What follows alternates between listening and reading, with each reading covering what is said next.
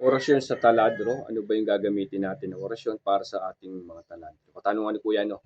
Yung abot sa taladro. Tara, pag-usapan natin. Wala namang agiman, pero nasa puso ang tunay na agiman.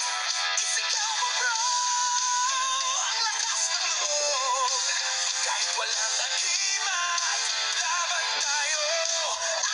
Ahiping agiman, boy, walang makakahadlang. Basta nasa puso, tunay na agiman. Yun, mabuhay po kayong lahat. Yan, God bless, more blessings sa inyong lahat. Pagpalang araw sa inyong lahat. Yun. Lagi siya sabi muna yung mga naghahanap na aklat po kay Anthony Slatig Valderrama, rekta kayo PM. Yan, dahil lumalabas na mali-maling aklat ngayon, no, mga AI or what else na kaya doon tayo sa legit. Yung katanungan ni Kuya about din sa taladro, ano daw po yung mga gamit, tempo, mga gamit ng mga oras sa ating mga taladro. Usually mga kagimat, no, sa mga part kasi ng taladro kasi, kung ano kasing part ng taladro yan, yun po gamitin natin. Yung iba kasi, ganito po, meron tayong pamamaraan na ginagamit. Yung lahat na nakasulat sa taladro po, kailangan ikarga nyo sa taladro. Tapos pamagitan ng Team Happy Agimat, kailangan mo na buksan, tumawag muna tayo 3 persona, hiling na tayo 3 persona, Ama Namin, Sumasapalta, Bagay ng Maria, Luwalhati, bago tayo magkarga ng gamit. Siyempre, kailangan po natin lagi tayo nakiklinsing bago tayo magkarga ng mga gamit natin. No? Sa part kasi nan, kung may nakasulat sa taladro kasi, ikakarga nyo na po lahat yon.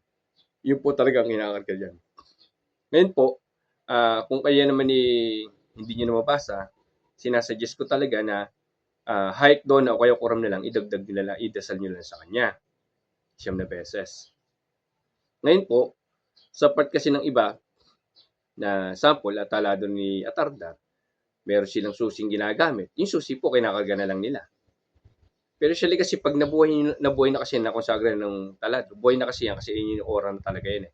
Pinalalakas na lang natin kaya nga natin kinakargahan yung punyang ganan. Yung mga burado na po, ang suggest ko na lang, hike doon ako at kuram, 9 beses. Yung iba dinadagdagan hininga ng buhay, yung jaaha o tsaka uwaha, dinadagdag po nila yan. No? Sa iba naman, may mga susi sila. Yung susi nila po. Kung binigay sa inyo yung susi, yun na lang po yung ikakarga sa taladro nyo. Ako kasi, yung taladro para lumalakas din sa akin, nasa altar ko lang din siya. Pag nagdadasal ako, kasama na siya sa pagdarasal ko rin. O yun po yung iba't pong pamamaraan na ginagamit ko noon na pwede nyo rin yung gamitin. Opo. Pero pinakamabisa po talaga kung meron kayong pinakasulatan talaga ng buong nasa loob ng taladro, yung po kinakarga nyo talaga doon sa taladro. Kabuuan po yun. Mas matibay po kasi talaga yung kabuuan.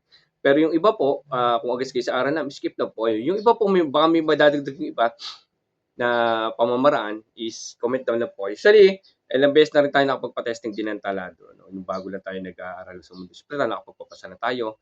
Doon nakaramal araw, nakapagpapasa tayo. Binigyan na natin sa isang kasama na sa testing na police, binigay na lang natin yung taladro. Taladro po siya ng Poong Santa Cruz. Ayun, yun po yung mga ginawa po na pamamaraan, no? Gumana po sa akin, sana gumana din po sa inyo yung pamamaraan na ginagawa ko po, no? At salamat po sa inyo, no? At yung may dadagdag ko na, comment down na kayo, tsaka yung may katanungan, comment lang po kayo, gagawin natin parang abot sa kaabot ng kakaya ng oras natin. Hintay lang po kayo kasi nakapila po lahat yan. Maraming salamat. God bless inyo lahat.